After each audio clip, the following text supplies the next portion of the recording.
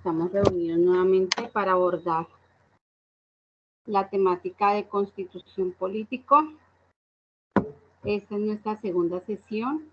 Hoy finalizamos lo que tiene que ver con la parte de constitución para el día de mañana iniciar con la parte de derecho civil y derecho mercantil. Voy a colocarles un videito para que haga una pequeña introducción del tema que vamos a ver, que es el referente a las acciones constitucionales, que son aquellas herramientas que tiene todo ciudadano para garantizar la efectividad de sus derechos o también para garantizar que esos derechos se respeten en un caso de vulneración o amenaza. Entonces voy a compartirles pantalla.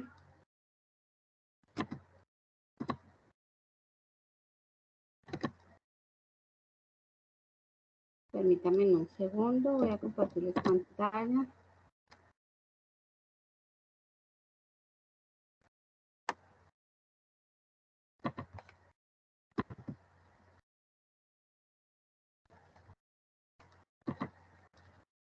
¿Allí visualizan ya mi pantalla? Sí, señora. Sí, señora. Listo. Entonces, este es un pequeñito video que hace introducción a todo el tema de acciones constitucionales. Lo vamos a ver y seguidamente pues está la explicación del mismo.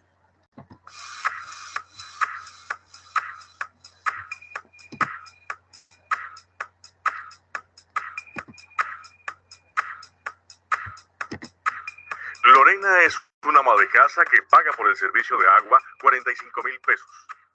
El recibo de noviembre le llega por un costo de 2 millones de pesos. Lo que debe hacer es pasar un derecho de petición a la autoridad del acueducto para que le explique el motivo por el cual le llegó el recibo tan costoso. Esta, en el término de 15 días hábiles, le debe contestar. Al no hacerlo, Lorena tiene el derecho constitucional de instaurar una acción de tutela, no antes, al juez de conocimiento, para que sea este quien interceda por ella ante la autoridad del acueducto y responda el requerimiento de Lorena. En el barrio La Pradera se van a quedar sin servicio de energía, dado que en la noche un camión conducido por un chofer ebrio se estrelló contra el poste que tiene el transformador de energía del barrio. Este poste, de caerse, afectaría a todo el barrio. En este caso, se debe pasar una acción popular, que es la que protege las causas comunes a empresas públicas, para que por favor cambien el poste y el transformador antes que se caiga y afecte a la comunidad. Empresas públicas acuden al llamado y ponen una fecha para realizar el respectivo arreglo del poste nuevo, remoción del dañado y cambio del transformador para que no afecte al barrio, para una fecha en el futuro. Pasada esta fecha no cumplieron y por ello existe la acción de cumplimiento, para que la empresa cumpla con lo estipulado en el acta anterior. Por otro lado, tenemos la acción de grupo, que refiere a un acontecimiento que puede ser resuelto de forma individual o para mejor efectividad de forma grupal, siendo los afectados por los mismos hechos. Como en el caso del cajero que no dio dinero a un grupo de personas, mínimo 20, y se ven afectadas por ello. Contratan, en este caso, los servicios de un abogado e instauran una acción de grupo ante la entidad que los afecta. David solicitó un préstamo bancario y a los 3 meses quedó sin puesto de trabajo y desafortunadamente no ha podido pagar las cuotas del préstamo, atrasándose por varios meses. Al volver a conseguir trabajo fue al banco a refinanciar la deuda y no le dan el préstamo por encontrarse reportado en data crédito. Aquí puede instaurar su derecho de habeas data, dado que la primera cosa que debió hacer la entidad era avisarle que iba a ser reportado y no lo hizo. Juan es retenido por encontrarse en el lugar de un hecho ilícito. A pesar de argumentar que no tiene nada que ver, que pasaba por allí simplemente, es retenido y llevado a la URI más cercana. Desde ese momento empiezan a contar 36 horas para inculparlo de algo dado que Juan tiene el derecho de habeas corpus, en donde si no se le inculpa, deben soltarlo y no retenerlo.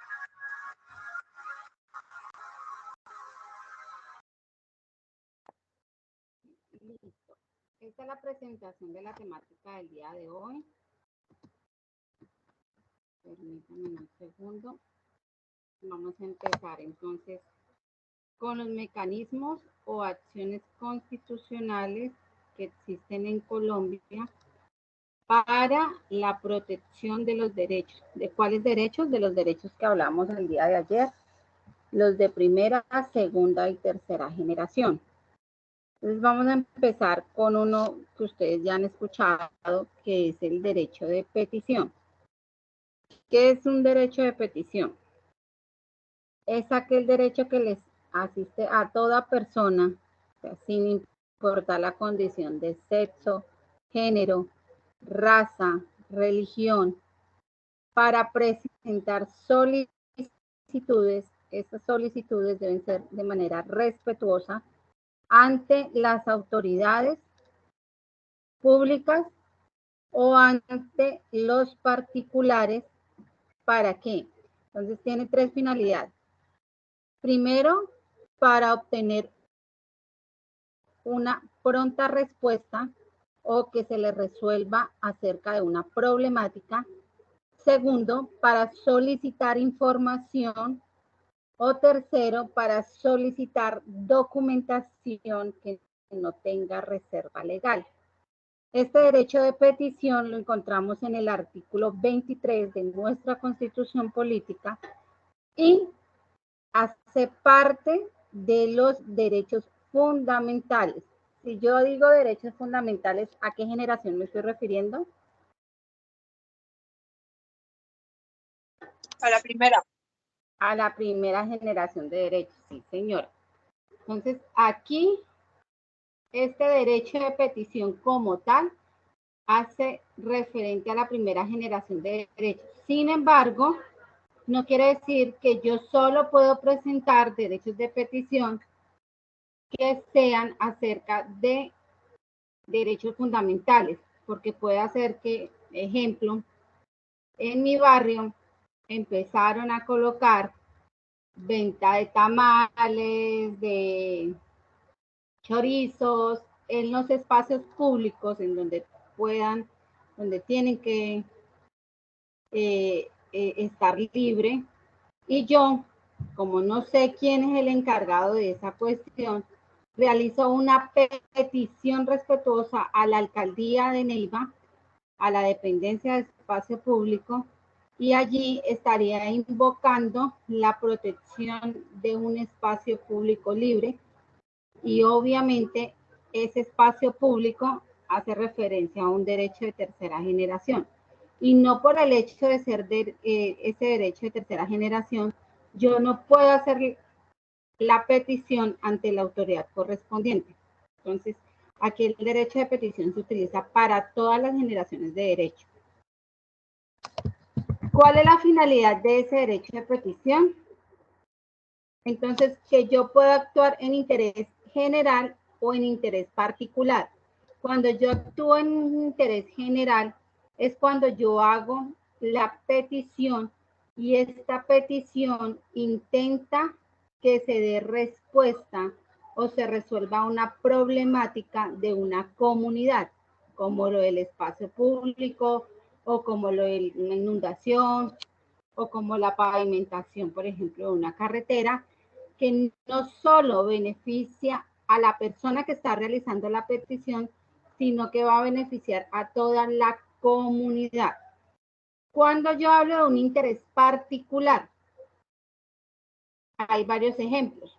El primero, cuando a mí el médico tratante me receta cierto tipo de medicamentos para llevar mi tratamiento. La EPS se niega a dármelos y yo mediante un derecho de petición exijo que estos sean entregados porque se está poniendo en riesgo mi vida. Ahí al único que le interesa que le entreguen los medicamentos es al quien está ejerciendo ese derecho de petición. Segundo ejemplo, lo que enseñaban allí. Resulta que yo hice un crédito bancario con una entidad financiera y esta entidad financiera de un momento a otro me reportó sin siquiera llegar y avisarme. Entonces yo le digo, señores entidades financieras, señor banco tal, infórmese las razones por las cuales usted no me manifestó de la mora que yo tenía con ustedes y no se... O también cuando solicitamos, por ejemplo, copia de pagaré o algunos de los documentos que hacen parte de ese crédito, eso solo le interesa exclusivamente al cliente que tomó ese crédito con esa entidad bancaria. Entonces, allí hablamos de interés general en lo particular. ¿Por qué hablamos de que podemos presentarla ante la autoridad pública y ante un particular? La autoridad pública, porque yo lo puedo hacer ante una alcaldía, gobernación, un juzgado, etcétera. Y ante un particular, por ejemplo, en este caso, las entidades bancarias, alguna persona que maneje alguna prestación del servicio, llámese papelería, llámese servicio de encomiendas, llámese restaurante, lo que sea que un particular esté manejando y no haga parte de la esfera de lo público. ¿Quién puede ejercerla? Todas las personas pueden ejercerla. Ojo, deben ser aquellas personas que tengan la mayoría de edad. Sin embargo, esto no quiere decir que cuando se le esté vulnerando el derecho a un menor de edad, pues esos menores de edad no tengan esa protección efectiva a través de un derecho de petición. Entonces, ¿qué es lo que vamos a hacer? Ejemplo, resulta que a mi hijo es a quien deben darle los medicamentos. Como mi hijo tiene 5 años de edad, por obvias razones, él no va a poder suscribir un documento de esa índole y presentar la reclamación ante la respectiva EPS. ¿Quién sería allí ese representante para hacer esa petición? Entonces sería el padre de familia, llámese mamá o papá, quien represente los intereses de ese menor de edad y en caso tal que no haya ni papá ni mamá, pues entonces quien tenga la guardia y custodia de ese menor o la tutoría de ese menor. Entonces lo que yo voy a hacer es escribir Caterine, Stephanie, mayor de edad, identificada con la cédula tal, actuando en calidad de madre y representante legal de mi menor hijo, de mi menor hija, Julanita de tal, identificada con el registro tal o con la tarjeta de identidad tal. Hago usted la siguiente petición basado en el artículo 23 por los siguientes hechos. O sea, yo siempre debo manifestar si la petición obedece exclusivamente, digamos, a que se le resuelva la situación a un menor de edad, debo hacerlo por medio de un representante legal. Y este representante legal, pues debe ser papá o mamá o quien tenga la guardia y custodia de este menor. ¿Ante quién puede ejercerla? Ya lo hemos dicho, ante las autoridades públicas, ante los particulares que me presten un servicio público o ante las personas netamente particulares. ¿En qué caso procede? En muchos casos, cuando yo quiero que se me reconozca un derecho, que se me resuelva una situación, que se me preste un servicio, cuando yo quiero pedir una información, cuando yo quiero consultar documentos, cuando yo quiero consultar una denuncia, un reclamo, cuando yo quiero hacer algún recurso, cuando quiero interponer alguna queja, a todo eso le llamamos un derecho de petición. ¿Cuál es el procedimiento para yo interponer ese derecho de petición? Pues que puedo hacerlo de manera escrita u oral. Sin embargo, digamos, la cotidianidad nos enseña que es mejor hacerlo de manera escrita. ¿Por qué?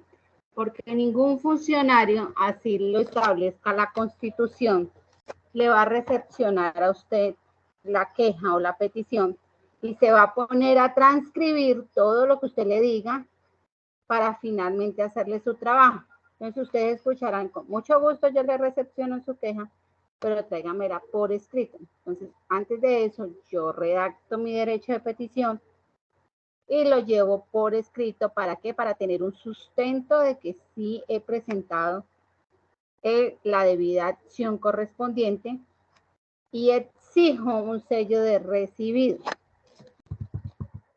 ¿Qué debo hacer dentro de ese derecho de petición?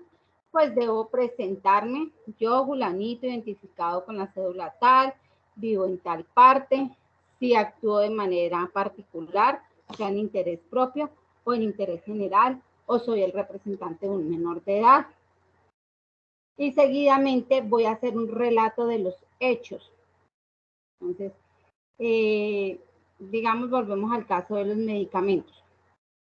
Entonces, primero, que el día tal, el médico Julanito de tal me recetó o me transcribió los medicamentos de control o para seguir el tratamiento de la enfermedad Julanita de tal. Los siguientes, tan. Ese mismo día me acerqué al dispensario de medicamentos o a la droguería que la EPS tiene a su disposición para hacer el respectivo reclamo de los mismos y se me negó la entrega por no estar dentro del POS o por no haber existencias del mismo.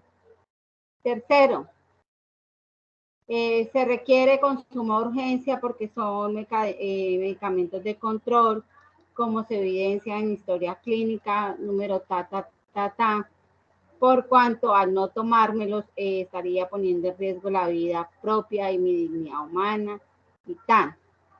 Y todo lo que haya pasado en el transcurso de esa situación en particular, yo la voy a poner de presente en ese documento. Seguidamente de ello, entonces yo voy a decir cuáles son mis peticiones. Entonces, ¿yo qué es lo que quiero? Que me entreguen los medicamentos, obviamente. Primero, pues que se le ordena a quien corresponda la entrega de los medicamentos, fulanitos en tales cantidades. Y segundo, pues que no se vuelva a repetir la situación, porque puede hacer que sean medicamentos de control, entonces que ellos tomen las acciones pertinentes para que más adelante pues no vuelva a pasar lo mismo y yo tenga que estar enviando todos los meses un derecho de petición para que se haga efectivo mi derecho a la salud. Luego, ¿qué es lo que hago? Entonces, escribo la norma, fundamento de derecho. ¿Cuál es la norma? Artículo 23 de la Constitución Política. Luego le voy a escribir las pruebas. Obviamente, si yo estoy solicitando medicamentos, yo tengo que probarle a esa entidad que esos son los que a mí me recetaron. ¿Cómo lo hago? Pues a través de la fórmula médica que haya expedido el profesional en salud. Entonces yo le voy a decir, primero, pues mi copia de la cédula para yo identificarme plenamente. Segundo, mi historia clínica, para que ellos corroboren que efectivamente esos mecanismos obedecen ya sea a una consulta o a un tratamiento que yo vengo tomando. Tercero, la fórmula médica. Y cuarto, pues la negación de la entrega. Entonces, ¿cuál va a ser la negación? La misma fórmula médica donde dice pendiente y listo. Con eso yo ya soporto ese derecho de petición y voy a escribir al final una parte que diga notificaciones. ¿Qué es eso de notificaciones? En donde a mí me pueden enviar la respuesta.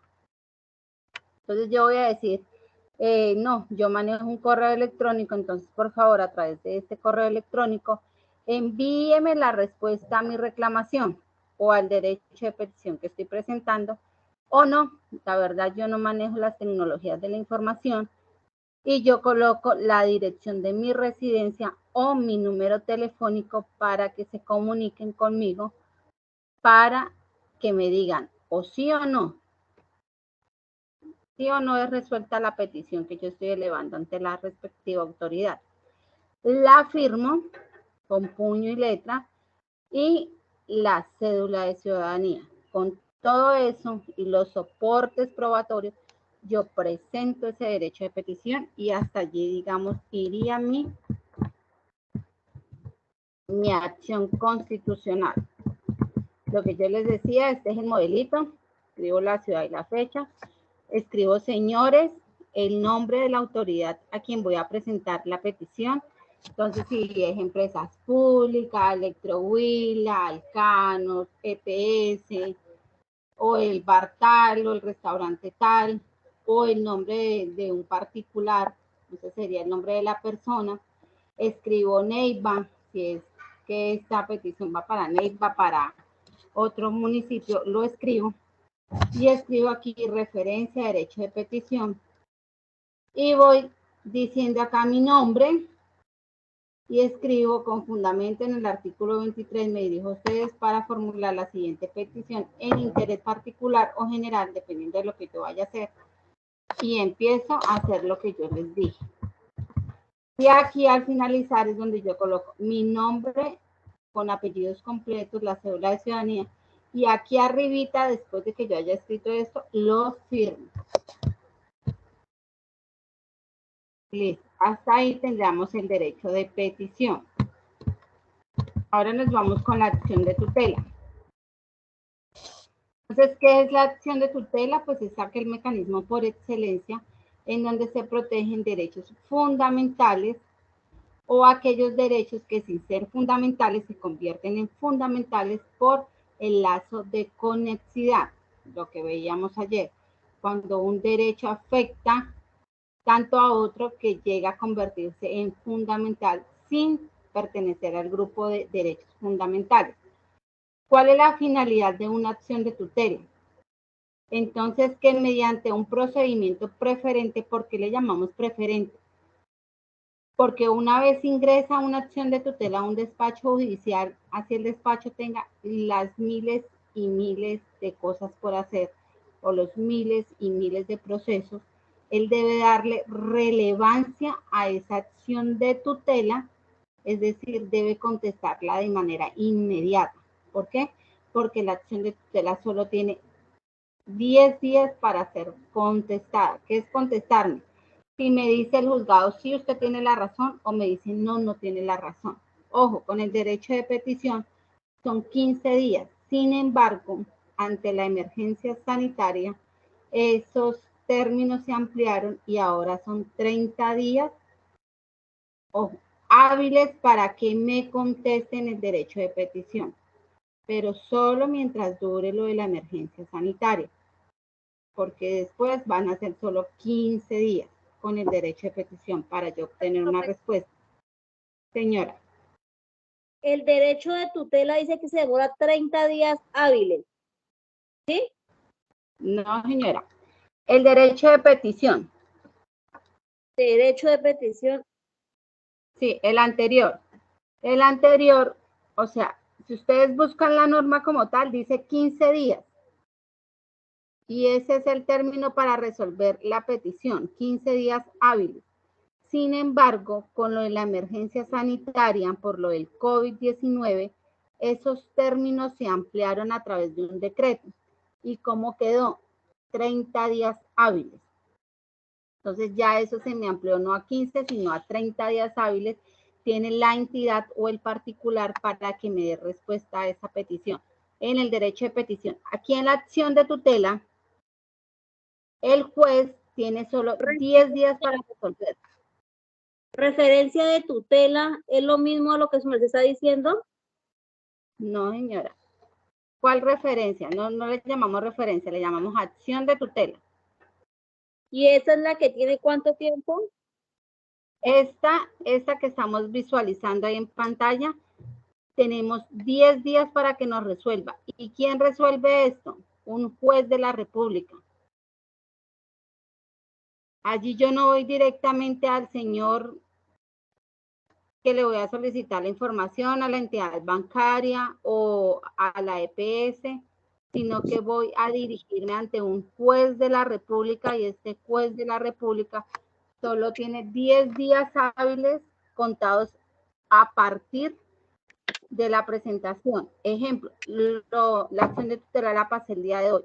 A partir de mañana yo empiezo a contabilizar 10 días hábiles, no se cuentan ni sábados ni domingos, para yo obtener respuesta, ya sea positiva o negativa, pero son solo 10 días los que debe demorarse ese despacho judicial en resolver esa acción de tutela. Profe, y si no responde dentro de esos días, ¿qué pasa? No, ellos responden. Ellos con esto de la acción de tutela son muy juiciosos. Ellos le van a responder a usted durante los 10 días. O se cumple hoy los 10 días, mañana ya le están llamando, señora, pase por la respuesta. O señora, por favor verifique el correo que usted puso, a ver si le llegó la respuesta. Ojo, el hecho de yo presentar una acción de tutela no quiere decir que esto vaya a salir a mi favor, ¿no? El juez de la República puede considerar que lo que usted dijo y las pruebas que tiene pues no ameritan tutelar ese derecho y le puede negar todo lo que pide. O por el contrario puede decir, sí, esta señora tiene razón y darle a usted todo lo que llega y requiere en esa acción de tutela. Por eso se llama que es un mecanismo preferente, porque él tiene que sacar esto sí o sí, sin importar el trabajo que tenga. Ojo, la acción de tutela, quiero que quede claro, solo es para protección de derechos fundamentales, o sea, para aquellos derechos que hacen parte de la primera generación. Yo no puedo presentar una acción de tutela para pedir la protección de derechos de tercera generación o la protección de derechos de segunda generación, a menos que esos derechos, al ser violados o amenazados, afecten uno de la primera generación. ¿Cuál sería ese caso en donde yo presento una acción de tutela de un derecho que no pertenece a la primera generación? El de la salud. Entonces, el mismo cuento de los medicamentos o una cirugía. Resulta que a mí ya me tenían la opción de cirugía. Vamos a poner un ejemplo actual. Con la liquidación de Medimás, muchos tenían ya, digamos, cirugías programadas y con este cambio que se dio de EPS, le dijeron, lo siento, todo lo que nosotros le habíamos autorizado ya tiene que hacerlo de nuevo con la EPS y resulta que una de esas cirugías es de vital importancia para X persona porque si no se hace, pues se pone en riesgo la vida de esa persona. Y con el cambio de EPS y obviamente volver a hacer todo el trámite ante la nueva EPS que le sea asignada, pues le va a tomar tiempo y es un riesgo que él corre para su vida y su misma salud. Entonces, ¿qué es lo que yo voy a hacer? Yo presenté ya el derecho de petición ante la nueva EPS que me asignaron y esta EPS me dice, no, pues usted tiene que volver a sacar la cita, que uno de nuestros especialistas lo vea para ver si el especialista corrobora de que usted sí necesita la cirugía y todo, habiendo un procedimiento anterior de un profesional también en la salud en donde dijo que estaba esa cirugía pendiente y que de esa cirugía depende la vida de ese usuario. Entonces, ¿qué es lo que yo hago? Me negaron el derecho de petición. Yo llego y presento una acción de tutela y aquí, ¿cuál sería el derecho que voy a invocar? Pues obviamente el de la salud. Pero yo digo, venga, si la salud es de segunda generación, entonces yo no me puedo ir por una acción de tutela. Sí lo puedo hacer por caso particular si yo no me practico esa cirugía, pues yo puedo morir, mi vida está en peligro. ¿Y cuál entonces es el factor de conexidad? Ahí el factor de conexidad es el derecho a la vida. Entonces, automáticamente ese derecho de la salud, así sea de segunda generación, se convierte en un derecho primario, en un derecho de primera generación, y por obvias razones y por el factor de conexidad, yo puedo presentar una acción de tutela en ese caso particular. Pero porque ese derecho de la segunda generación se me convirtió automáticamente en uno de primera, porque también afectó adoptó otro derecho de primera generación. Entonces, en esos casos, yo sí puedo presentar una acción de tutela sin que ese derecho sea uno de primera generación o derechos fundamentales. ¿Quién puede ejercer una acción de tutela? Toda persona natural. Cuando yo hablo de que es una persona natural, cualquiera de nosotros, quien se identifica con una cédula de ciudadanía, es persona natural. Cuando hablamos de una persona jurídica es aquella que se identifica a través de un NID. Entonces es la agrupación de personas naturales para crear una empresa o un negocio. Y dentro de esa figura, pues nombran un representante legal, que es diferente. Pero entonces toda esa asociación de personas naturales, 1, 2, 3, 4 personas, para crear un negocio o una empresa, a eso le llamamos persona jurídica. ¿Por qué jurídica? Porque es ficticia, yo no la puedo tocar, yo no la puedo visualizar. Yo sé que se llama así, pero esa empresa tiene, detrás de ese nombre, hay 4, 5, 10, 20 personas, sino que solo uno de ellos, digamos, saca la cara para todas las actividades que ésta desarrolla. Pero igual puedo ejercerla. ¿Y cómo la ejerzo yo como persona jurídica? Pues a través de mi representante legal. Entonces el representante legal dirá, yo, fulanita de tal, identificada con la cédula tal, actúo en nombre y en representación legal de la empresa Pepito Pérez para solicitar lo siguiente. Entonces yo estoy representando los intereses de esa persona jurídica que obviamente no puede hablar por sí sola porque, por ejemplo, yo no puedo decirle, tienda, hable por mí, va, presidente, usted solita como una persona común y corriente. No, yo tengo que nombrar un representante legal que hable a través de ese nombre que yo le he asignado a esa empresa o a ese negocio. Entonces, ya tenemos claro que puede ser ejercida por una persona natural o jurídica y salvo casos especiales lo pueden hacer también los personeros.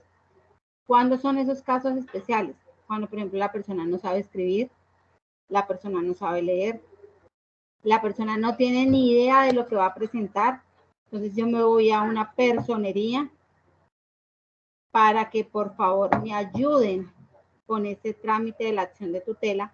Entonces allí el funcionario de la personería municipal es quien se convierte, digámoslo así, en su representante legal, así usted tenga la mayoría de edad. ¿Por qué? Porque usted no sabe cómo redactar, no sabe leer, no sabe escribir.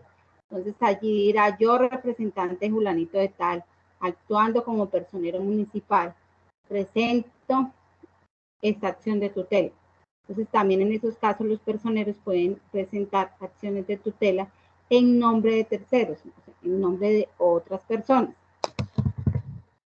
¿Ante quién se ejerce? Ante cualquier juez de la República. Ustedes a veces mirarán que yo voy a presentar una acción de tutela y dicen, le corresponde la acción de tutela al juez penal. Ustedes van a decir, pero ¿qué va a saber un juez penal? Que es de delitos y me va a resolver a mí una acción de tutela de salud. No interesa. Todos los jueces de la República deben estar capacitados para resolver acciones de tutela de cualquier índole o materia que se presente, independientemente si es de civil, si es de familia o si es penal.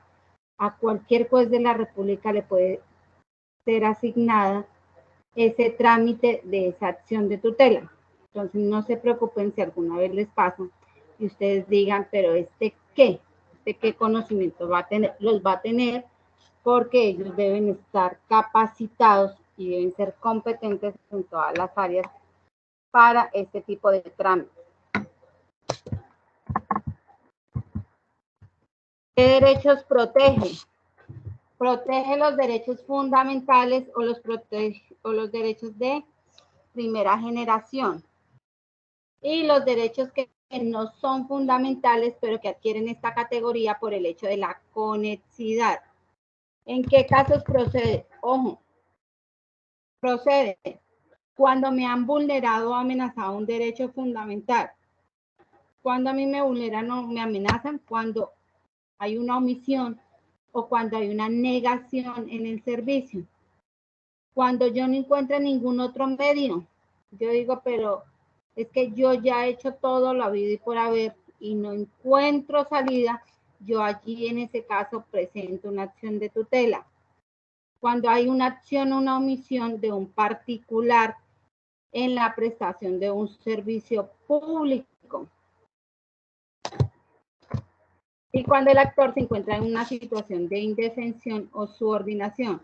Cuando yo soy indefenso, por ejemplo, un menor de edad, un discapacitado, allí hay una condición de indefensión o subordinación. ¿Cuál es el procedimiento para ejercerla? Entonces yo voy a hacer una minuta, voy a presentarla ante una oficina de reparto y allí me asignarán de una vez el juzgado al que le corresponde. ¿Qué término tiene ese juez para decidir sobre esa acción de tutela? 10 días. ¿Qué pasa si pasa esos 10 días la tutela no es favorable? O sea, me dicen, no, usted no tiene nada que hacer aquí, no le hallan la razón. Yo puedo impugnar esa decisión. Entonces yo voy a decirle al mismo juez, mediante otro escrito, impugnación de la acción de tutela de fallo del día tal. Digamos, hoy me fallaron. Hoy yo conocí qué fue lo que dijo el juez de tutela y me negó la tutela. Y yo la leo y digo, este señor, ¿en qué estaba pensando esta señora? Si allí está todo y yo no estoy de acuerdo con la decisión que tomó ese juez de la República. Entonces yo voy a tener 3 días hábiles después de que me notificaron, o sea, voy a contar miércoles, jueves y viernes se me vencería el término para presentar otro escrito ante el mismo juez que resolvió y yo decirle, venga Julanito, yo no estoy de acuerdo con su decisión porque usted no valoró, por ejemplo, mi historia clínica. Usted solo se detuvo a mirar que como eran medicamentos fuera del post, pues entonces la EPS tenía la razón de denegarme la entrega de los mismos. Sin embargo, usted no se leyó la historia clínica en donde yo ya vengo con un tratamiento anterior y que esos medicamentos me sirven a mí para estar en mejores condiciones. Y le voy a poner de presente a ese juez cuál fue el error que tuvo él y cuál fue el inconveniente o porque yo no estoy de acuerdo con la decisión que él acaba de tomar. ¿Ante quién se impugna la decisión? Pues ante el mismo juez que falló. Este va a tener unos días para llegar y volverse a leer lo que usted presentó, lo que él falló y lo que usted volvió a presentar. ¿Cuántos días tiene? 20 días. 20 días para volver a fallar, para decir no, definitivamente usted es la que está en el error y yo vuelvo y le niego la tutela o le digo sí, la verdad yo no había visto esta prueba y efectivamente usted tiene la razón y le voy a tutelar lo que me pide, le voy a tutelar los derechos que han sido vulnerados o amenazados. Cuando a mí me dicen que sí, ¿quién es el que hace cumplir la decisión? El mismo juez de la República. Entonces ustedes verán fallos que dice, se le ordena que en menos de 48 horas haga entrega el medicamento tal. Entonces allí ya hay una orden judicial que le está diciendo a esa entidad o a ese particular lo que se debe hacer. ¿Qué pasa si esa entidad o particular no cumple? Entonces yo voy a decirle al señor juez, yo espero el tiempo que haya dicho en la sentencia y le digo, venga señor juez, mediante otro escrito que se llama un incidente de desacato. Le digo, Hola, profe. usted dijo, buenas noches. Profe, es que a ver si me puede excusar otra vez hoy. Sí, Es te que me ves la tengo que clase retirar. porque voy a dejar un caso, ¿vale? ¿Cómo, profe? Tienes que verte la clase porque voy a dejar un taller, Vale, profe. ¿vale? No hay ningún problema. Vale, gracias, profe. Hasta luego. Bueno, hasta luego, feliz noche. Entonces, ¿qué pasa en ese caso? Yo le voy a decir, venga, señor juez, usted dijo que 48 horas tenían que entregarme un medicamento, tenían que programarme la cirugía, o lo que haya dicho el juez de la República. Pasa y resulta que ya pasaron las 48 horas y ni lo uno ni lo otro. Entonces, yo le pido a usted, a través de un incidente de desacato, que por favor obligue a esa persona a cumplir su decisión. Entonces, ¿qué le voy a pedir? Primero, o que se me entregue lo que ya usted le había ordenado, o si no, que por favor se envíe a la cárcel a esa persona. ¿Cuál es el envío de la cárcel? De 1 a 3 días de arresto para esa persona quien está incumpliendo esa orden judicial. Y esto no quiere decir que, bueno, me dieron los 3 días, pues voy, paso los 3 días en la cárcel y no le doy los medicamentos. No, ojo, fuera de que tiene que pasar eso, que ordenen la retención de esa persona, también debe cumplir con la entrega de los medicamentos o lo que haya dicho el juez. No es que yo, bueno, con eso ya me zafé y me lavé las manos. No, señor. Usted tiene que cumplir al pie de la letra la decisión que ha tomado ese juez de la República. ¿Cómo es el modelito? Lo mismo que el derecho de petición, sino que acá ya no voy a colocar el nombre de la entidad o de la persona en particular, sino que voy a escribir, señor honorable juez de la República o juez de tutela, y escribo reparto. ¿Por qué le escribo reparto? Porque yo no sé a quién le van a asignar esa tutela. Lo que yo le decía, puede asignársele a un juez que maneje penal, a un juez que maneje civil, a un juez que maneje familia. Entonces yo le escribo reparto. Siempre le voy a escribir la palabra ESD, que es en sus manos dispongo. Voy a escribir referencia, acción de tutela, que es lo que yo voy a presentar. Voy a escribir accionante. Accionante es quiénes son los afectados. Entonces, si es X persona, yo, porque es a mí quien tiene que darme los medicamentos, entonces yo voy a escribir Caterine. Si es mi hijo, entonces yo voy a escribir el nombre de mi hijo y voy a escribir representante legal fulanita de tal. El accionado es quien infringe o es el responsable de esa violación. Entonces, llámese EPS, llámese empresa, llámese particular. Allí yo voy a colocar quién es el que me está negando ese servicio o quién es el que me está vulnerando ese derecho fundamental. Voy a hacer lo mismo, me voy a presentar con mi nombre completo, voy a escribir mayor de edad, identificado con la cédula tal, haciendo uso del artículo 86, porque la acción de tutela la encontramos en el artículo 86 de la Constitución Política de Colombia, de la manera más atenta y respetuosa, me dijo usted, con el fin de instaurar la presente acción de tutela contra fulanito de tal. Si yo, por ejemplo, lo hago contra una EPS, entonces yo voy a escribir contra la EPS Medimás, pero ojo, como es que Medimás es una persona jurídica, Medimás no va a venir a decir, hola, yo soy Medimás, aquí estoy. No, entonces yo voy a escribir en contra de la EPS Medimás representada legalmente. Entonces yo voy a buscar en internet quién es el representante legal de esa empresa. Entonces, que es fulanita de tal. Entonces, representada legalmente por fulanita de tal, y debo decir el nombre de la representante legal de esa empresa o de ese negocio, con el fin de que se me proteja y tutele los siguientes derechos. Debo mencionar el derecho que ha sido violado.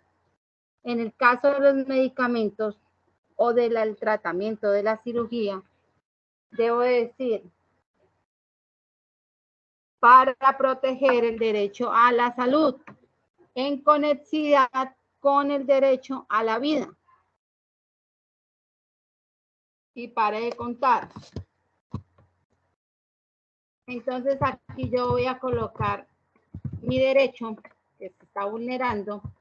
Voy a colocar los hechos. Entonces, lo mismo que hice en un derecho de petición. Todo lo que resulte de esa situación. Es que el día tal fui a tal parte, el médico tal fue el que me valoró, me diagnosticó, me hicieron, no me hicieron, me practicaron, me formularon y se me negó. Y hasta la fecha se me sigue negando la entrega de ese medicamento o la nueva asignación para la cirugía.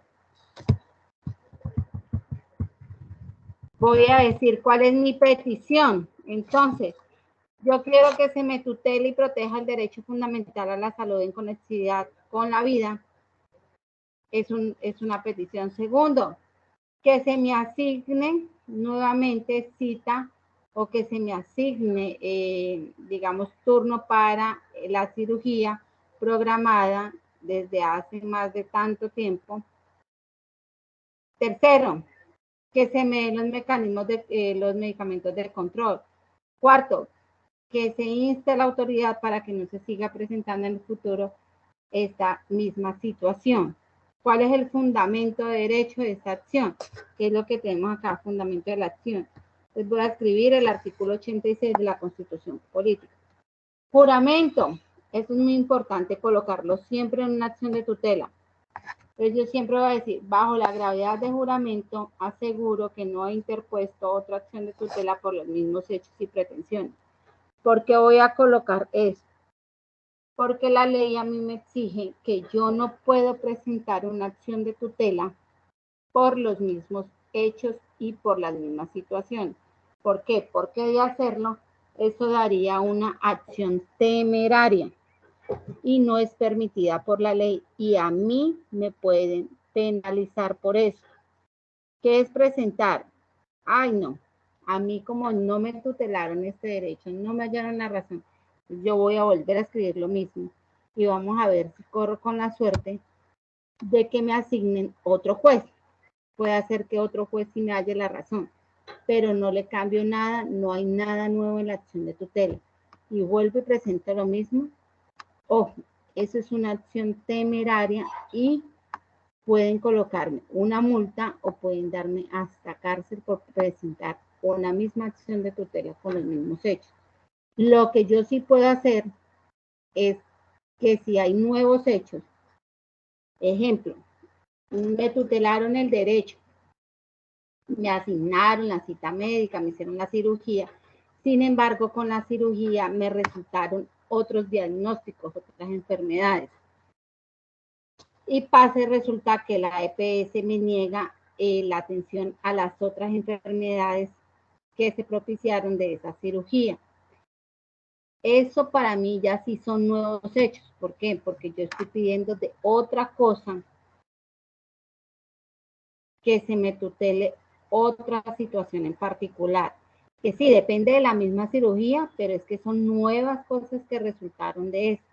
O cuando, por ejemplo, de esa cirugía se requieren medicamentos especiales para continuar con eso.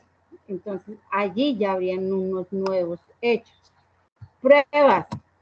Todos los que yo tenga. La primera prueba que yo voy a anexar, pues mi fotocopia de la cédula para así identificarme que sí soy yo la que está actuando en ese papel. Y todo lo que sea referente a eso. Entonces, que las órdenes médicas, la historia clínica, la asignación de la cita, en donde se me había asignado el tema de la cirugía y todo lo que tenga a mi favor. Y hago las notificaciones. Entonces, cualquier comunicación o cualquier notificación me las pueden enviar a mi correo electrónico, fulanito de tal, o a mi casa ubicada en la dirección tal, o comunicarse conmigo al teléfono tal. Y escribo atentamente, aquí escribo mi nombre, con mi cédula de ciudadanía y encima de eso firmo y ya presento mi acción de tutela junto con todos los demás documentos. ¿Hasta allí hay alguna pregunta en derecho de petición o acción de tutela?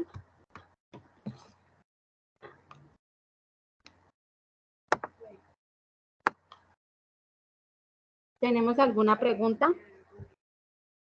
No, señora. Pues creo que no, profe. Señora. Creo que no. Vamos a ver cómo nos va en el Bueno. taller. Bueno, el taller es algo muy práctico.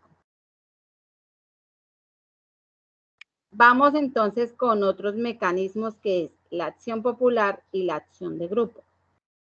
Entonces, me dice, la acción popular es un mecanismo para proteger derechos colectivos. Cuando yo digo derechos colectivos, ¿a qué generación me refiero?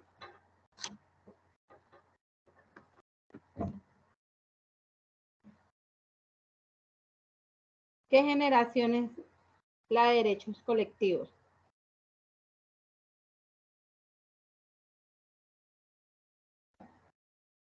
La segunda, profe.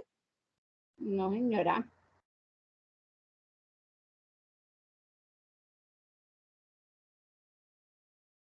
Tercera generación. Recordemos que primera generación son derechos fundamentales. Segunda generación son los económicos, sociales y políticos o culturales.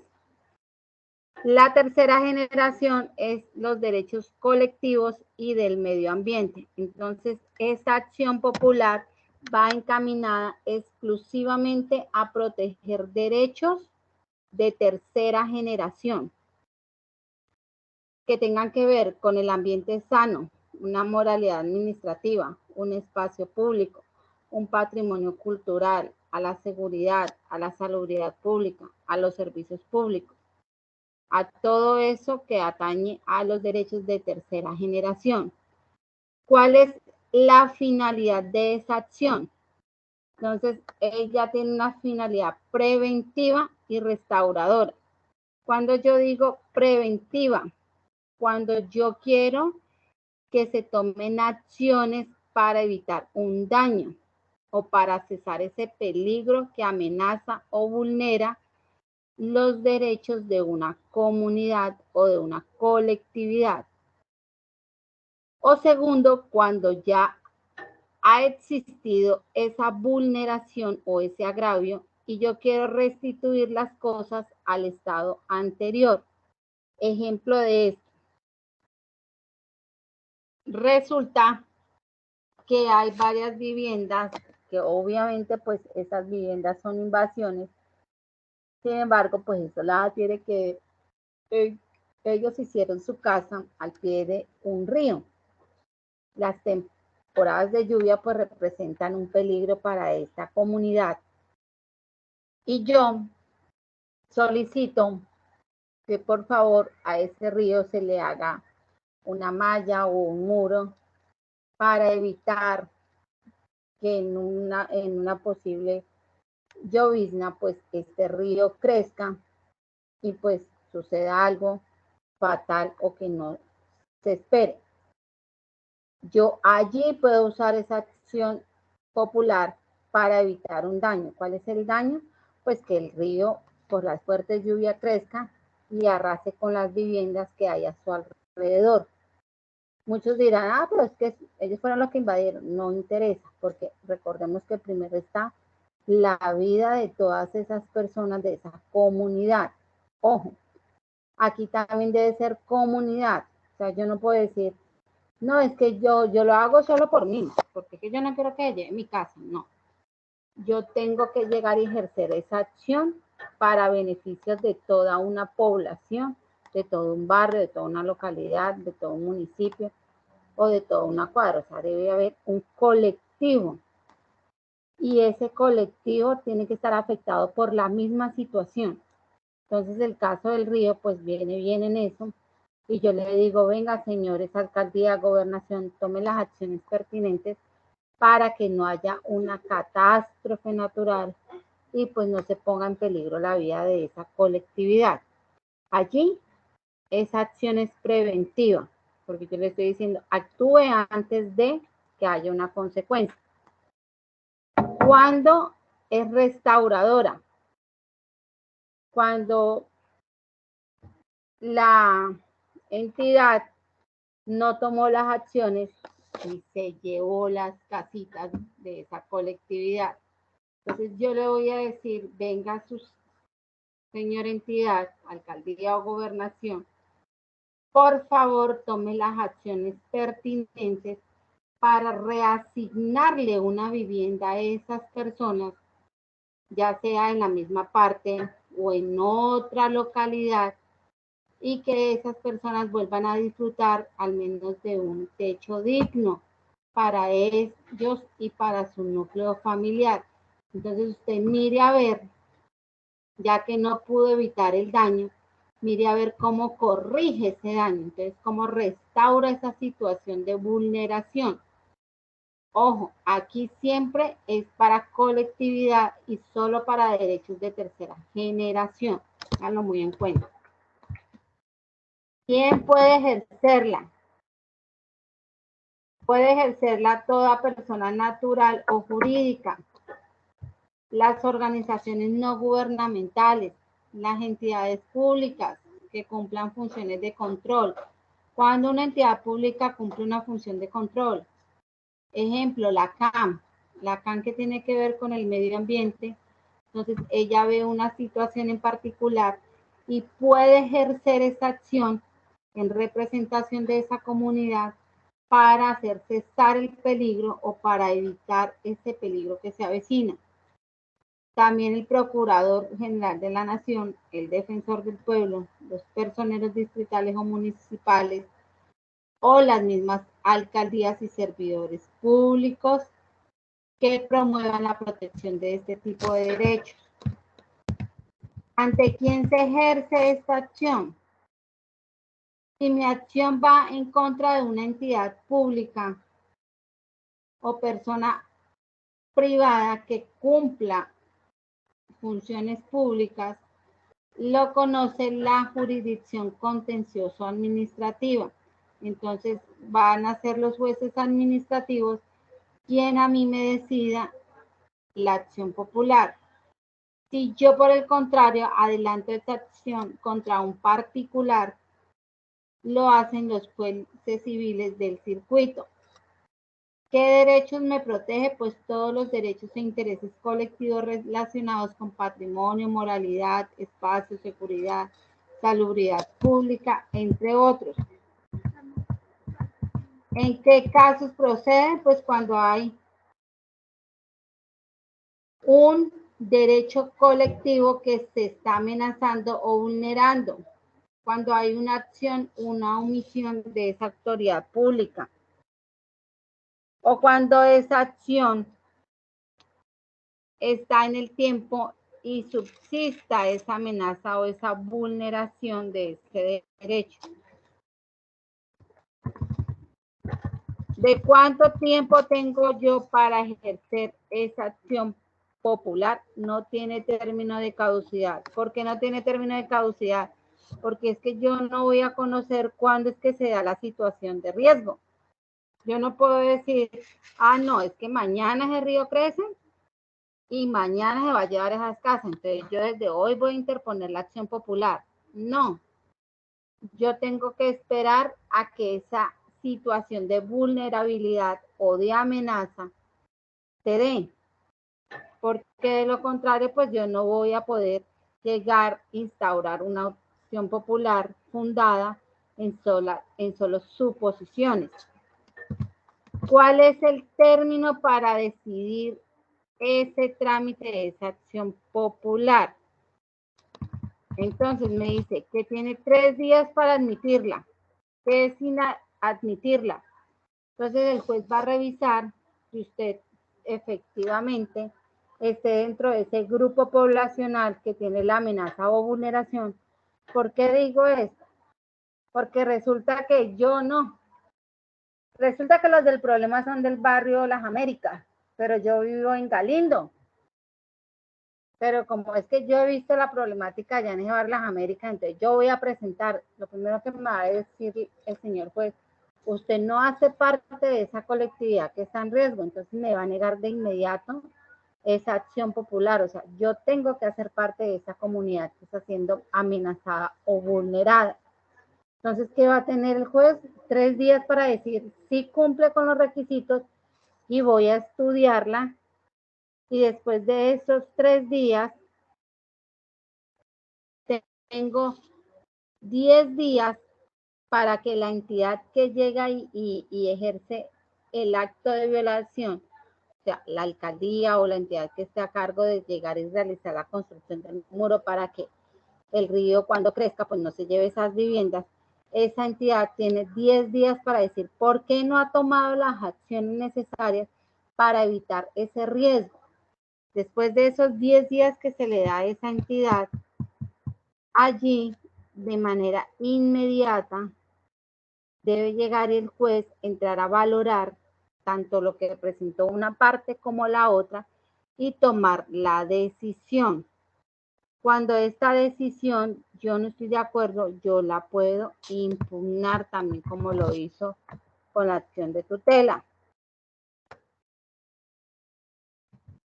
¿Ante quién se impugna esta decisión? Ante el mismo juez que decidió sobre la acción popular. ¿Y a quién le corresponde hacer cumplir la decisión? Pues al mismo juez. El mismo juez va a decir, oiga, yo a usted le di una orden judicial para que haga lo pertinente. ¿Cuál es el modelo para ejercer esa acción popular? Lo mismo. Entonces ustedes van a ver acá que dice señor juez administrativo y señor juez civil del circuito. Es administrativo, recuerde, cuando yo voy en contra de una entidad pública. Y es juez civil del circuito cuando yo voy en contra de una autoridad particular o privada. Voy a escribir la ciudad, voy a escribir referencia a acción popular, hago lo mismo, voy a escribir yo, Julanito de tal, identificado con la cédula tal, obrando en nombre propio, digo en dónde vivo, residente en tal. Entonces, cuando fin interponer una acción popular contra Julanito de tal, cuyo representante legal es Julanita de tal. Y empiezo a decir cuáles son también mis hechos, cuáles son mis hechos. Les voy a hacer una narración detallada y cronológica de todos los hechos e intervenciones de las autoridades. ¿Por qué digo que intervenciones? Porque puede ser que antes de eso la comunidad realizó una serie de procedimientos. Que no, que es que Julanita de tal fue hasta la alcaldía, ya presentó un derecho de petición, fue hasta tal entidad y también hizo lo mismo, y le contestaron esto, le contestaron aquello, tuvimos una reunión, o sea, todo lo que yo haya hecho en pro de esa situación, yo debo narrarlo en esa acción popular. Seguidamente yo voy a indicar cuál es ese derecho colectivo amenazado o vulnerado.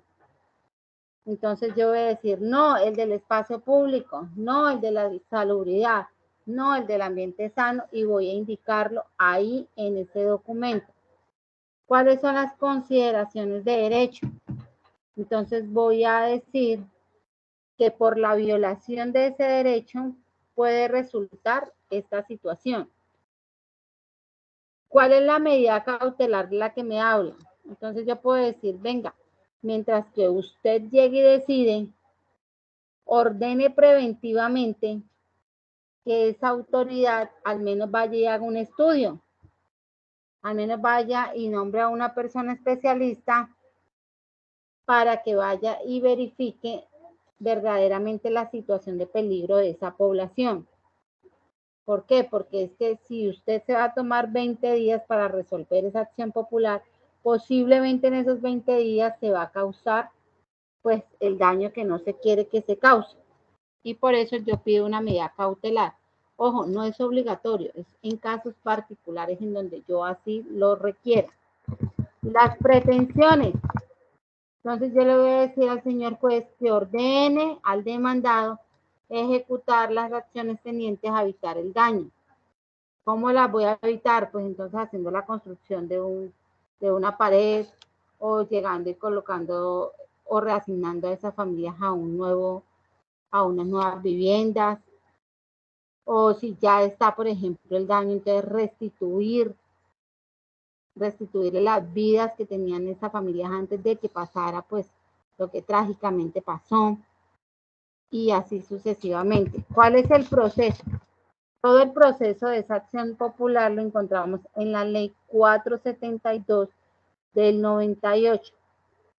Voy a decir la competencia. Es usted, señor juez competente, para conocer el presente proceso por la naturaleza del asunto. Así tal cual, no lo voy a cambiar nada más.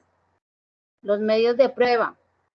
Entonces, todos los que usted tenga documentales, todo lo que se haya realizado allí. También podemos tener unos medios de prueba testimoniales. ¿Cuáles son los testimoniales? No, que es que también la vecina o el de la Junta de Acción Comunal o Julanito de tal, quien fue y verificó y bla, bla, bla, él va a llegar y dar su testimonio sobre esa situación. Cuando hablamos de pericial, no, resulta que nosotros contratamos a un ingeniero para que nos dijeran cuáles eran las repercusiones que tenía al no hacer un muro de contención para las temporadas de lluvia. Entonces yo voy a indicar allí que el ingeniero tal, en un informe tal, evaluó la situación y esto fue lo que resultó. Voy a hacerle también la parte de notificaciones, pero allí ya no voy a colocar solo las mías, sino también las de la entidad que estoy demandando. Entonces, que fulanito de tal recibe notificaciones en tal dirección, que es la que corresponde a la dirección del demandado, y yo como demandante las recibo en tal parte. También voy a colocar mi nombre y apellido y voy a firmar así como he hecho en los demás. Hasta allí iría mi acción popular. Seguidamente tenemos una acción de grupo que es muy similar a la acción popular, pero tiene un único fin y es la parte diferenciadora entre estas dos acciones constitucionales. Entonces, la acción de grupo, ¿qué es? Es ese mecanismo para proteger también derechos de tercera generación. Pero, ¿qué es lo que pasa aquí? Aquí hay unos requisitos especiales. Primero, que yo debo presentar esa acción de grupo con no menos de 20 personas. Ojo, esa acción, ese, digamos, hecho de violación debió afectar a un grupo de 20 personas o más. Como veíamos en el video, la cuestión del cajero automático. Resulta que el cajero no les brindó el dinero a los usuarios y todos se vieron afectados. Y deben haber por lo mínimo 20 personas afectadas con una misma situación. Es uno de los requisitos. El segundo requisito es que aquí ya hay una violación. Aquí no vamos a esperar a evitar ese daño, como se dice en la acción popular, sino que aquí ya se presentó la violación. O sea, ya se vino las casas abajo. Obviamente yo hice lo del cajero automático y todas las personas pues resultamos afectadas y, oh sorpresa, no aparece el dinero. Entonces ya hay una situación de violación en la que, ¿qué es lo que se tiene que hacer? Pues mirar a ver cómo se soluciona esa problemática. Ya aquí ya no vamos a evitar un daño, sino que ya está consumada esta violación. Entonces, ¿cuál es la finalidad de esa acción de grupo cuando ya estuvo la violación de esa comunidad? Entonces, primero yo solicito el pago de una indemnización. Ese es el fin exclusivo de la acción de grupo. Solicitar que se me indemnice por los perjuicios que esa situación me haya causado a mí y al grupo de personas que tengo a mi lado. Es decir, por ejemplo, el caso de la inundación, que se me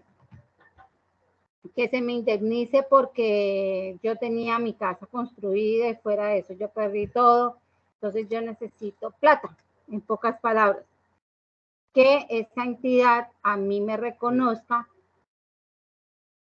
derechos económicos. Cuando yo hablo de derechos económicos es que me reconozcan en un valor de pesos todos los perjuicios que me ocasionó por no haber tomado las acciones necesarias para evitar esa violación.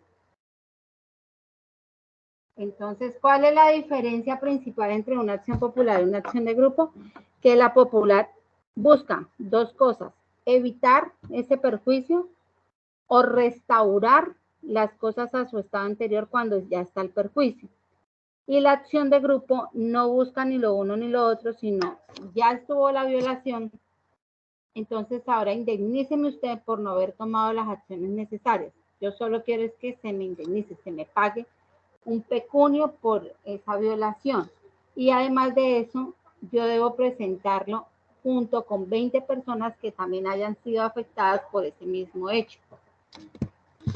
¿Quién puede ejercerla? Lo mismo, toda persona natural o jurídica, las organizaciones no gubernamentales, las entidades públicas que cumplan funciones de control, intervención, el Procurador General de la Nación o los alcaldes. ¿Ante quién yo presento esa acción de grupo? Pues entonces me dice que la puedo presentar así: ante la autoridad administrativa, ante una autoridad contenciosa o ante una ordinaria civil. Lo mismo que en la acción popular. Cuando es ante una autoridad pública, pues entonces voy con los jueces administrativos, y cuando es una autoridad particular o privada, me voy con los jueces civiles del circuito. ¿Qué derechos protege? Protege los mismos derechos que la acción popular de tercera generación. ¿En qué caso procede? Cuando es el mismo demandado. ¿Cómo así que el mismo demandado? Sí, porque es que las 20 personas resultaron involucradas en un mismo hecho. Que las pretensiones sean similares. Entonces resulta que todos tuvimos la misma particularidad y por eso nos reunimos y presentamos esta acción de grupo. Y que la reclamación provenga de una misma situación. Ojo, tiene que ser la misma situación para todos. ¿Cuál es el término? Entonces, dentro de los 10 días hábiles siguientes a la presentación de esa demanda, el juez dirá si la admite o no admite esa acción popular. Le da 5 días para que esa entidad que incurrió en la violación diga el por qué no tomó las acciones pertinentes y se pronuncie, y de manera inmediata que recibe o recepciona, digamos, esas consideraciones, tendrá otros 10 días para decidir finalmente si accede o no a ese mecanismo de protección. ¿Qué puede decir? ¿Qué es lo que dice esa sentencia? Pues entonces que se pague la indemnización a Julanito, Sustanito, Sustanito, Sustanito. El monto de la indemnización, que pague de 1, 2, 3, 4, 5 millones, lo que haya dicho allí en la demanda. Ojo, ¿cuánto tiempo tengo para ejercer esa demanda? Tengo 2 años siguientes a la fecha en que se causó el daño. Si hoy pasó lo del cajero automático, si hoy se dio la de la inundación, yo cuento a partir de mañana 2 años seguidos para presentar esa acción de grupo. ¿Se puede impugnar esa decisión? Sí. ¿De cuánto tiempo tengo para impugnar esa decisión? De 20 días hábiles contados a partir de que me han notificado la decisión de esa acción. Ese es el modelito para ejercer la acción de grupo. Entonces yo voy a colocar lo mismo. Si se dan cuenta, es casi parecido al de la acción popular, en donde dice ciudad y fecha, señores, juez civil del circuito si es contra un particular, o juez administrativo cuando es contra una autoridad pública. Voy a escribir acción de grupo de fulanito, sutanito. Ahí debo decir todas las 20 personas. Ahí no puedo decir, ah, no, yo, Caterine, y ya. y 20 personas más. No, yo debo identificar todas las 20 personas y voy a decir contra la entidad que fue la que cometió la vulneración o la amenaza. Me voy a identificar yo y, ojo, hay un requisito que se me olvidaba en esta acción de grupo. Yo no puedo presentarla solito. Aquí es indispensable que ustedes cuenten con un abogado. O sea, este tiene otro requisito especial. Debe presentarla sí o sí un abogado. Y es el abogado quien va a ejercer la representación legal de esas 20 personas. Entonces va a ser el abogado quien diga, yo fulanito de tal, representante de fulanito, sutanito, sutanito, sutanito, sutanito, presento o interpongo ante usted la acción popular, la acción de grupo tal. Entonces, ojo, aquí es requisito indispensable que esa acción sea presentada por un abogado. De lo contrario, pues entonces no se admite. También voy a hacer los hechos, voy a decir qué perjuicios se me causaron y en qué cantidad. Ejemplo, ¿no? Que mi casa valía tanto, entonces eso es lo que yo requiero de indemnización. Fuera de eso, pues a mí me tocó asumir otros gastos que están valorados en tanto. ¿Cuál es el grupo afectado? ¿Cuál es el grupo afectado? Pues entonces voy a nombrar las 20 personas que fueron afectadas por este mismo hecho. ¿Quién es el responsable? La entidad tal. ¿Cuál es la procedencia de la acción? Entonces los argumentos. Ahí los argumentos son los mismos hechos. Las pruebas, entonces, ¿qué pruebas tengo? Documentales, testimonios, videos. ¿Qué es lo que yo voy a soportar para que el juez decida a mi favor? Los fundamentos de derecho de esta acción lo encontramos en el artículo 88 de la Constitución Política y los artículos 46 al 69 de la Ley 472 del 98. La competencia, vamos a decir tal cual como está allí en el modelito, y las notificaciones, voy a decir lo mismo. Las notificaciones tanto de la entidad demandada y las notificaciones, allí sí, pues no voy a colocar las notificaciones de las 20 personas, sino que es el abogado quien dice su dirección de residencia o su correo electrónico y será a él a quien se le envíe la respuesta y él les comunicará pues a sus poderdantes. Aquí, ¿quién firma? El abogado. El abogado es quien firma porque es el representante legal de esas 20 personas. Y hemos finalizado con los mecanismos constitucionales. Voy a decirles, antes de pasar al otro tema, lo que hay por hacer. Vamos a hacer lo siguiente. Permítanme un segundo. Esta tareita también la voy a asignar a la plataforma de Teams. Y aquí vamos a hacer esto.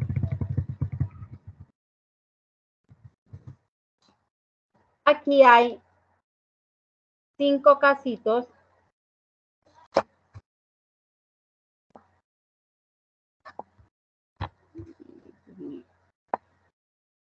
Permítame un segundo, está abriendo el documento. 5 casos. Profe, una preguntita. Señora. Ahora, Quiñones.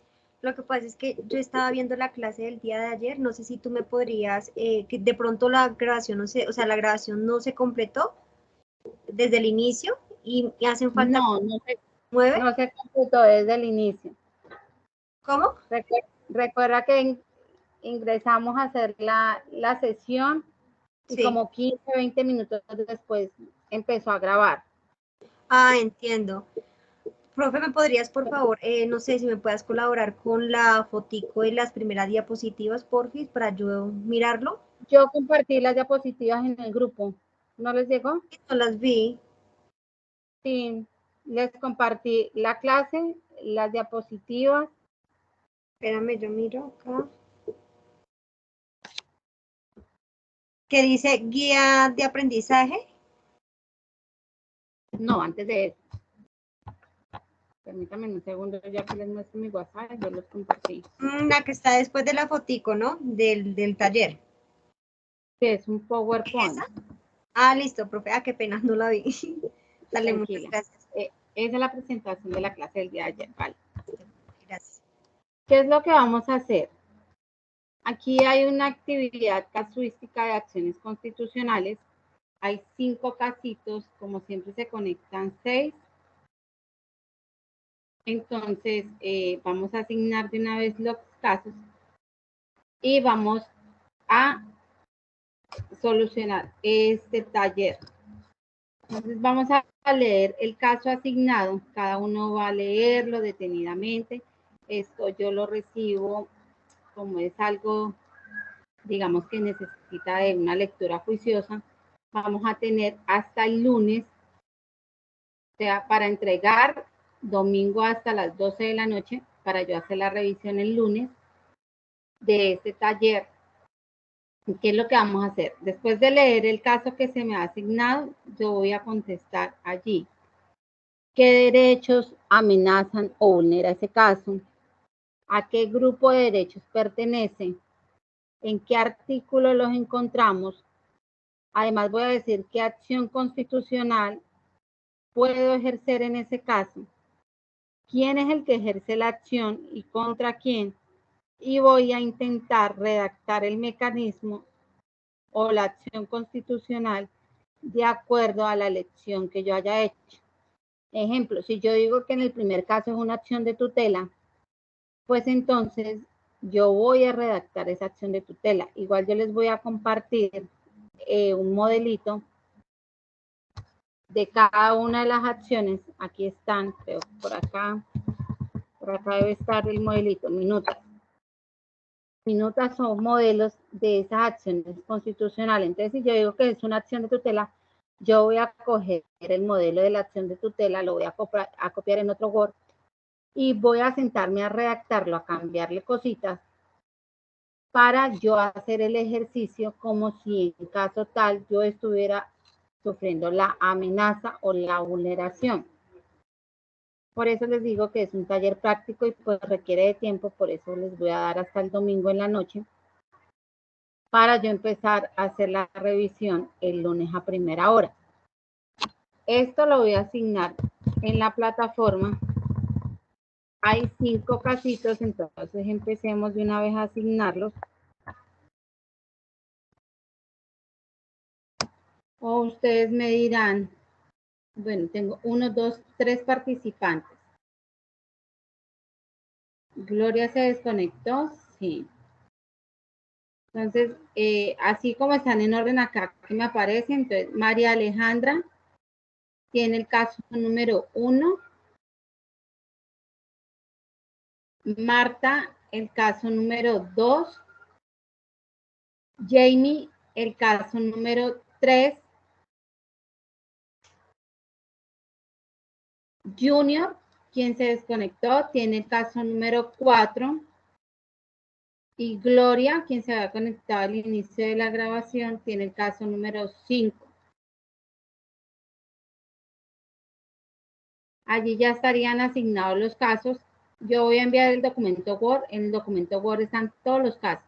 Entonces buscan el caso que se le ha asignado, lo leen con tranquilidad, con paciencia y empezamos a solucionar el taller y vamos a redactar el documento final de la acción constitucional que yo he elegido. Después de que yo haga la revisión del taller, voy a decir qué día nos vamos a tomar una media horita en que cada uno de ustedes presente el caso. Hago una breve exposición de lo que se trató el caso de ustedes y me mencionen qué acción constitucional tomaron en ese caso para que los demás se pongan en contexto o digan, no, la verdad, a mí no me parece que esa acción constitucional haya sido la adecuada, yo hubiera escogido tal acción. Digamos, vamos a hacer como especie de un foro debate para entender mejor la situación real de las acciones constitucionales. Entonces, ese sería el taller para el día domingo. Hasta el día de domingo estaría asignado en la plataforma. Recuerden que el día de mañana se vence lo del diagrama de sol. ¿Cómo vamos con ese diagrama de sol?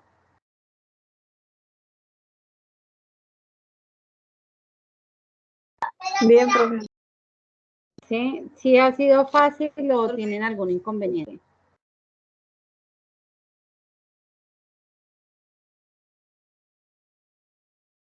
No, profe, pues no me ha parecido tan difícil. Estoy buscando imágenes. Ah, ok. No, es un ejercicio y es hasta chévere porque ustedes ya van comprendiendo la generación de derechos y cuando ya comprendan, hagan ese ejercicio. Créanme que cuando ya lean el caso les va a quedar mucho más fácil llegar a identificar qué generación de derechos está afectando en cada caso y cuál va a ser esa acción constitucional que ustedes van a elegir. Por eso yo les dije, y fui clara en que pusieran cuidado de que la acción de tutela es para derechos fundamentales, o sea, de primera generación.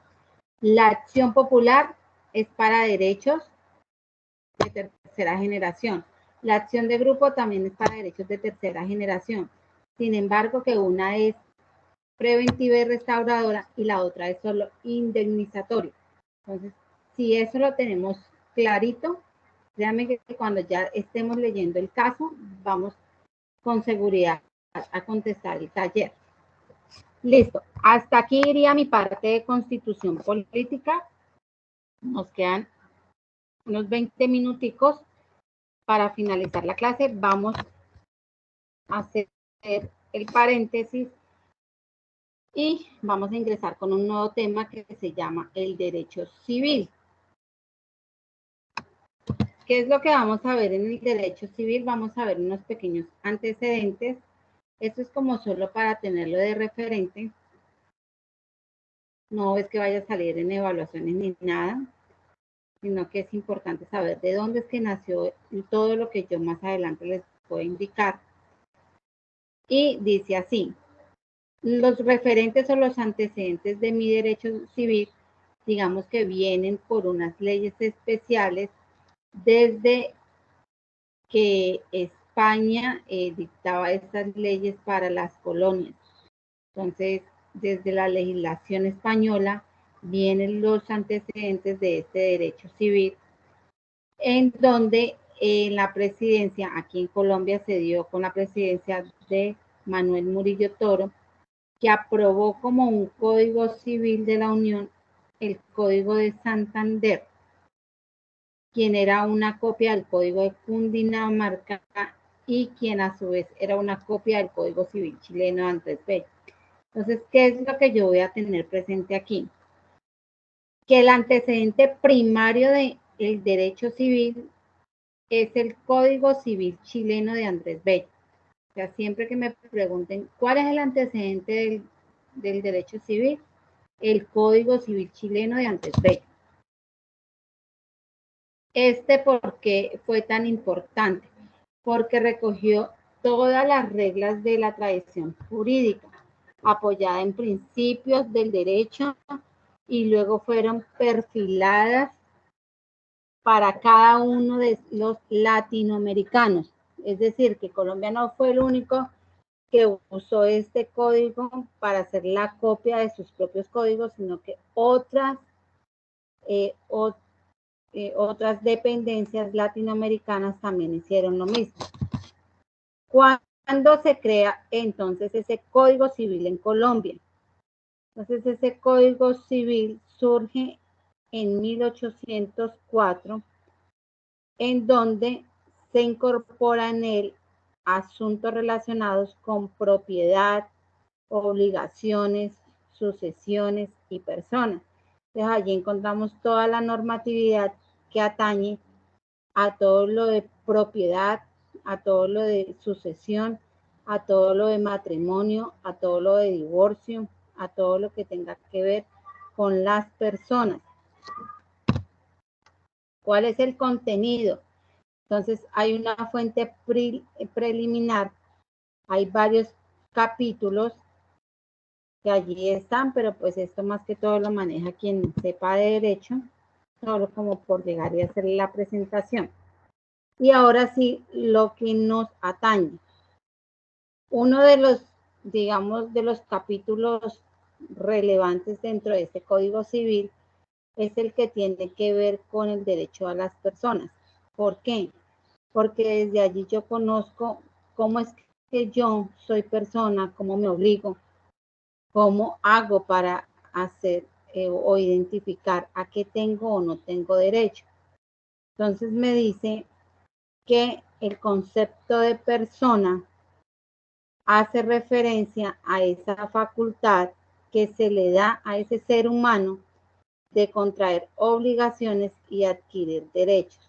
Entonces, para la normatividad jurídica de este código, es persona quien contrae obligaciones y adquiere derechos. Ojo, entonces yo le pregunto, según esta normatividad, ¿un bebé es considerado persona, sí o no?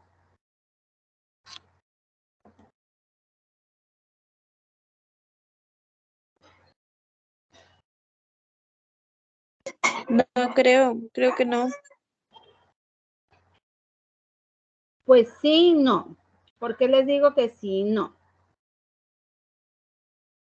Sí es considerado persona porque adquiere derechos, solo por esa arista, pero este bebé no va a poder contraer obligaciones. Entonces ahí es donde yo voy a mirar, digamos, la parte legal y la parte biológica. Entonces, ¿cuándo es considerada persona biológicamente y cuándo es considerada persona de manera jurídica? Entonces, digamos que en principio, si a mí me hablan de manera jurídica, yo diría que no es considerado persona. Ahora bien, entonces, ¿cuándo yo puedo decir que hay una existencia legal de esa persona? Entonces, ¿cuándo yo puedo decir que alguien es persona totalmente? Ojo aquí con esto. El artículo 90 del Código Civil me dice que yo debo cumplir 3 requisitos. Primero, que ese feto, ahí es donde viene el otro interrogante, ese feto que está creciendo en la pancita de la mamá, ¿es considerado persona, sí o no? Para algunos dirán que sí es persona y otros dirán no es persona, que es el enfrentamiento que hay con la cuestión del aborto. Entonces, quienes llegan y están a favor del aborto, entonces no consideran a ese feto como persona, sino como un simple feto. Hay otros que dirán que efectivamente ese bebé desde su concepción tiene vida y para ellos es persona. Sin embargo, cuando yo miro el Código Civil, me dice lo siguiente: es considerada persona quien nace vivo cuando es completamente separado de la madre y cuando sobrevive a esa separación tan siquiera un momento. Es decir, ese feto se va a considerar persona aquí en Colombia, primero, si nace vivo. Segundo, si soy separado de mi madre completamente. Cuando un bebé es separado completamente de la madre, cuando yo corto ese cordón umbilical, cuando yo llego y hago esa separación entre madre e hijo, ahí yo estoy separándolo de la madre. ¿Por qué? Porque yo iba a decir, porque ese bebé va a poder sobrevivir por sus propios medios. Si no lo hacen, no va a ser considerado persona. Este bebé debe tan siquiera respirar un momento, ojo, y debe hacerlo de manera sola, sin que tenga el cordón umbilical todavía atado a su madre. Entonces, esos 3 requisitos, además de nacer vivo, yo tengo que mirar si al cortar ese cordón umbilical, ese bebé puede respirar tan siquiera 1 segundo, 2 segundos. ¿Qué pasa si yo al cortar ese cordón umbilical, el bebé inmediatamente fallece? ¿Es o no es considerado persona?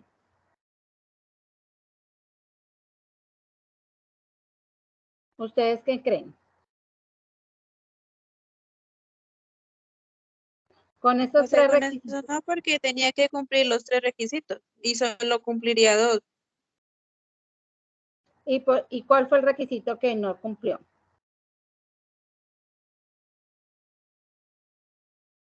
Pues no sobrevivió, o sea, solo nació vivo, lo separaron de la madre y el tercero pues no siguió respirando ni nada, murió. Exactamente, sí, señora. Entonces, en ese caso, yo no puedo llegar y decir, se murió una personita. No. Ahí lo que me van a decir, se murió fue un feto. No murió ninguna persona, porque es que ese ser vivo no sobrevivió a esa separación con la madre. Entonces, a usted no le van a decir que es que se murió pues, la personita tal, sino el feto tal. Así suene crudo, esa es la realidad de la normativa colombiana. Entonces, dentro de esa misma normativa, me dice que hay dos tipos de personas. Una que es una persona natural y otra que es una persona jurídica. Como ya se los había venido mencionando, la persona natural es todo individuo de la especie humana, cualquiera que sea su raza, sexo, estirpe o condición. Entonces las personas naturales es María Alejandra, Gloria, Emerson, Caterine, cualquier individuo de la especie humana es considerado una persona natural. ¿Y cuál es esa persona jurídica? Son también llamadas ficticias, abstractas, incorporales porque yo no las puedo tocar, pero son colectivas. ¿Cómo así que colectivas? Porque es la reunión o la agrupación de 2, 3, 4, 5 personas naturales que se agrupan para formar una empresa o un negocio. Entonces, esa persona jurídica es aquella organización o grupo de personas naturales a la que la ley le reconoce una personalidad independiente, independientemente de quiénes sean sus miembros o quienes compongan esa organización. Esta persona jurídica también ejerce derechos y contrae obligaciones y tiene su representación legal, lo que yo les decía. Así sea una organización de 15, 20, 10 personas, dentro de esas personas debe sacarse un representante legal. Es quien va a poner, digamos, la cara y el pecho por toda esa organización o por toda esa empresa. ¿Cuándo inicia la existencia legal de las personas? Cuando hablamos biológicamente, entonces se dirá que esa inicia desde el momento de la concepción. ¿Cuándo es la concepción? Pues desde el momento que ese feto empieza a desarrollarse en el vientre de la madre. Cuando hablamos de una existencia legal jurídica, cumpliendo los 3 requisitos.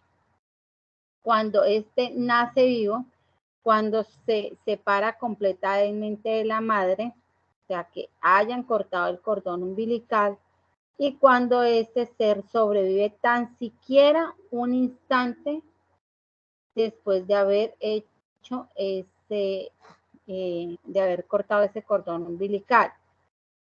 ¿Cómo probamos que sí nació vivo? ¿Por qué es tan importante esta cuestión de saber si nació o no nació vivo? Ejemplo, por las cuestiones de las herencias, de las sucesiones. Entonces resulta que ese es el único heredero de la fortuna tal o de los bienes de fulanito de tal. Entonces necesitamos saber si ese ser nació a la vida jurídica para sí mismo revisar, digamos, los lineamientos hereditarios. Por eso es tan importante saber si ese ser es o no es considerado persona en la normativa jurídica del Estado colombiano. A través de una prueba llamada dosimasia es que se hace, digamos, el estudio para diagnosticar si ese ser vivo siquiera respiró un instante después de haber hecho el corte de ese cordón umbilical. Entonces es importante destacar quién es ese feto. Ese feto en la normativa jurídica le llamamos nasciturus. Nasciturus es el que está por nacer. No es sujeto de derecho. ¿Por qué no es sujeto de derecho? Porque no puede todavía contraer obligaciones, pero sí le son asignados unos derechos, unas protecciones especiales para ese ser que está por nacer. ¿Cómo presumo yo la concepción? Ojo, hay, en estos casos cuando se dan lo de la figura de la impugnación de paternidad, y es donde el hombre dice, no, ese bebé no es mío. Yo no sé, pero yo hago mis cuentas y tal cosa y nada, a mí no me da. Entonces se presume, el artículo 92 del Código Civil, dice que se presume que la concepción ha precedido al nacimiento cuando haya 180 días y que no superen los 300 días contados hacia atrás. Entonces, aquí lo toman de 10 meses, no sé por qué lo tomarán de 10 meses si la concepción solo dura 9 meses, la gestación, perdón. Entonces yo voy a contar 180 días hacia atrás, que son 6 meses, desde la fecha probable de parto. Voy a contar 6 meses hacia atrás y voy a contar 10 meses después de esa posible concepción. A la fecha de nacimiento tiene que darme 10 meses, que realmente son 9 meses. Y allí voy a identificar la paternidad de ese hombre que está diciendo que no es el padre de ese bebé. Eso más que todo se utiliza cuando hay impugnaciones de paternidad y es el mismo juez quien realiza, digamos, esos cálculos matemáticos para presumir que este sí es el padre. Seguidamente vamos a ver los atributos de la personalidad. ¿Cuáles son esos atributos de la personalidad? Son aquellas cualidades que permiten distinguir a cada persona de sus semejantes. Estos atributos son comunes tanto a las personas naturales como a las personas jurídicas. Ojo, o sea, son atributos que los vamos a encontrar tanto en una persona natural como en una persona jurídica. El primero de ellos es la capacidad. Ojo, atributo de la personalidad llamado capacidad. Es la facultad que posee un sujeto para ser titular de derechos y obligaciones. Ya veíamos quién es capaz de contraer derechos y obligaciones. Todo el que se considere persona. Es todos los seres humanos que se consideren personas sin distinción tienen capacidad de goce. Esta capacidad que me da a mí la facultad de contraer obligaciones y ser titular de derechos. Entonces me dice que hay dos tipos de capacidad. Una capacidad de ejercicio y una capacidad de goce. ¿Cuál es esa capacidad de ejercicio primero? Entonces es la también llamada capacidad legal. Esta se refiere a que yo voy o tengo la aptitud para ejercer derechos y contraer obligaciones por mí mismo. Es decir, que yo no tengo que utilizar intermediarios para celebrar un contrato. Yo soy capaz para poderme obligar por mí mismo. Entonces allí encontramos quienes no son capaces para obligarse o contraer un negocio jurídico. Entonces los incapaces son los que no tienen esa aptitud para ejercer derechos y contraer obligaciones por sí mismos. Y entonces, al no poder tener esa capacidad de contraer obligaciones, todos los negocios que ellos hagan son completamente inválidos o nulos. Entonces, ¿qué voy a decir? Que hay unas incapacidades absolutas y hay unas incapacidades relativas. ¿Cuáles son las incapacidades absolutas? Cuando cualquier acto que esa persona ejerza no tiene ni la más mínima validez, ni siquiera aún cuando lo representen legalmente. No, esto no quiere decir que, ay, no. Bueno, entonces la señora goza una incapacidad, pero como yo no soy incapacitado, entonces yo voy a actuar por intermedio de ella para hacer el negocio jurídico. No. Este tipo de incapacidad no da lugar ni siquiera a que tengan representación. ¿Cuáles son esas incapacidades absolutas? Los dementes, los impúberes. ¿Quiénes son los impúberes? Los impúberes es aquel varón menor de 14 años y la mujer menor a 12 años. Esos son los llamados impúberes. O sea, aquel varón de 14 años no puede ni siquiera a través de su representante legal, que es la mamá o el papá, hacer cualquier tipo de negocio jurídico y tampoco a aquella mujer que sea menor a 12 años. El tercer grupo son los sordomudos que no pueden darse a entender por escrito. Ninguno de sus actos tienen validez. ¿Por qué? Porque si no pueden darse a entender, pues obviamente no hay una manifestación de la voluntad que ellos sí quieren realizar ese negocio jurídico. ¿Cuáles son las relativas? Las relativas, ¿por qué se llama relativas? Porque se pueden subsanar, digamos de alguna manera. Pueden haber negocios jurídicos con este tipo de incapaces si tienen una representación legal.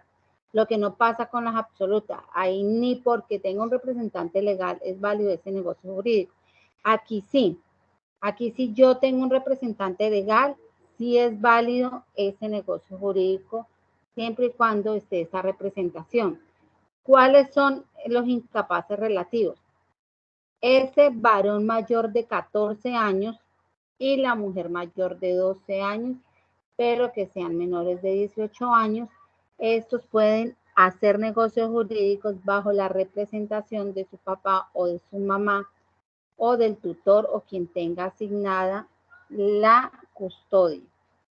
Los disipadores que se hallan bajo interdicción de administrar lo suyo, que aquí llamamos disipadores, aquellos que malgastan la plata. Entonces, como ya hay una sentencia en donde dice que usted es un malgastador de plata, entonces puedo actuar bajo la tutela o bajo la representación de una persona para que él administre mis bienes y haga negocios jurídicos a mi nombre.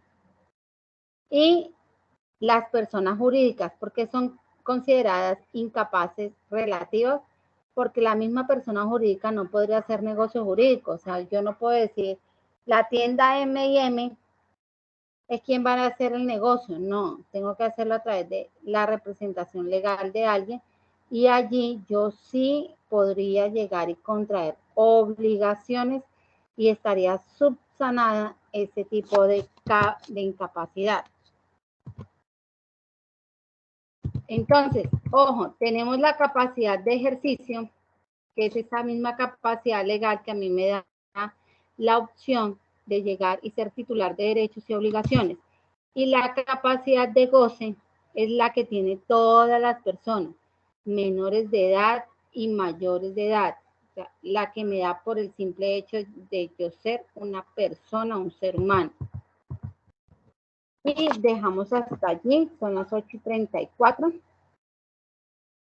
Continuamos mañana con los atributos. Son 6 atributos de la personalidad.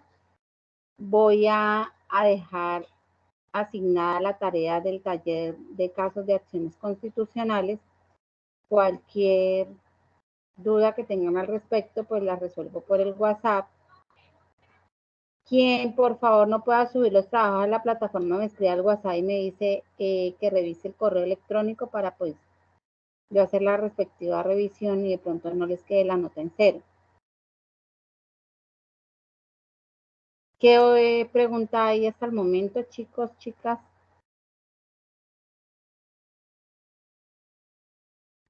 No, profe, hasta el momento, por mi parte, no.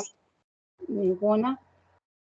Yo creo que el día jueves o el lunes, dependiendo de cómo avancemos en este tema, aplico el primer test.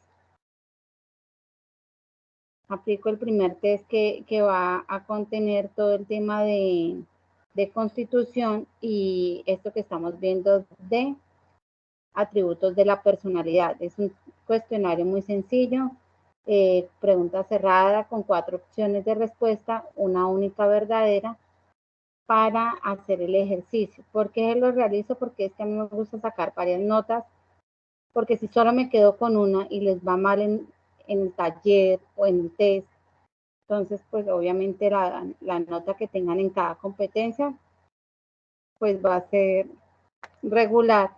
Entonces cuando yo tengo 2 o 3 opciones, yo puedo subir un poco la nota en ese sentido.